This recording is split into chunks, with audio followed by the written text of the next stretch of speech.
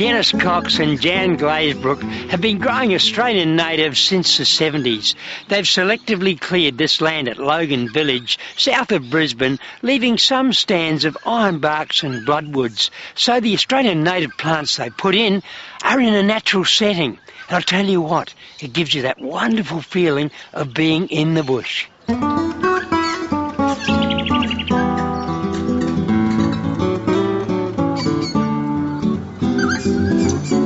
There was no formal planning. We were more or less dictated to by where the bands of rock were.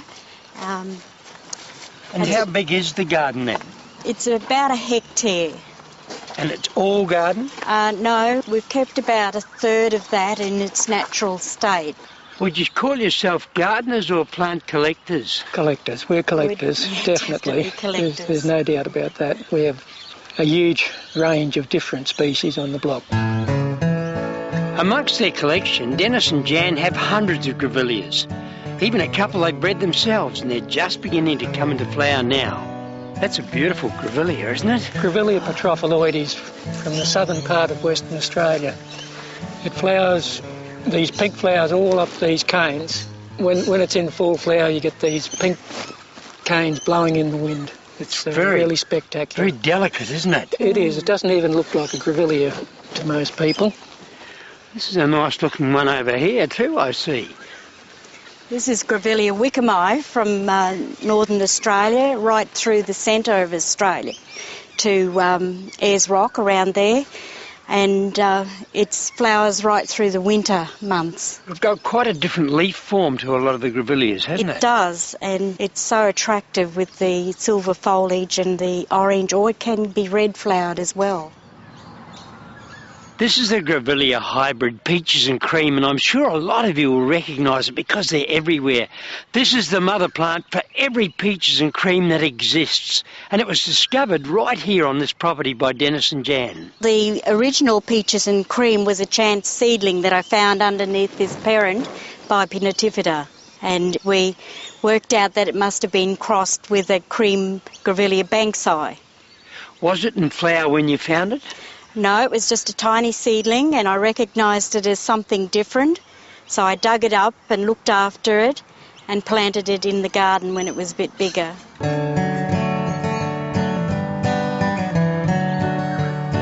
This is a stunning wattle.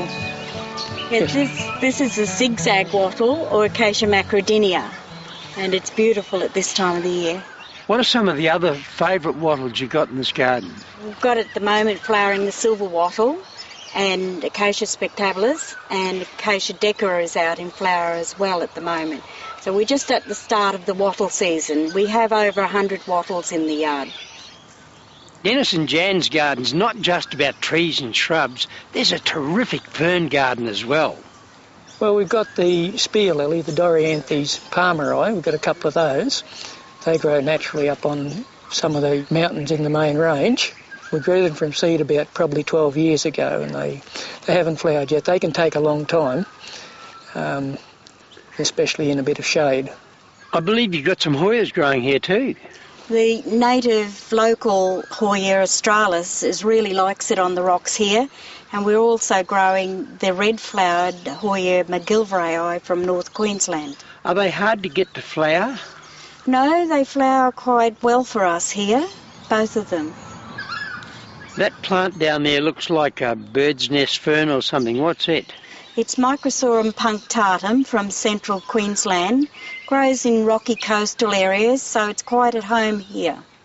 This really is a far cry from some of the native gardens I remember back in the 70s, full of sad and scraggly plants and lots of bare earth. But there's nothing sad about this Cassinia subtropica, nor is there anything too sad about the rest of the garden. And here's the reason why. Regular pruning.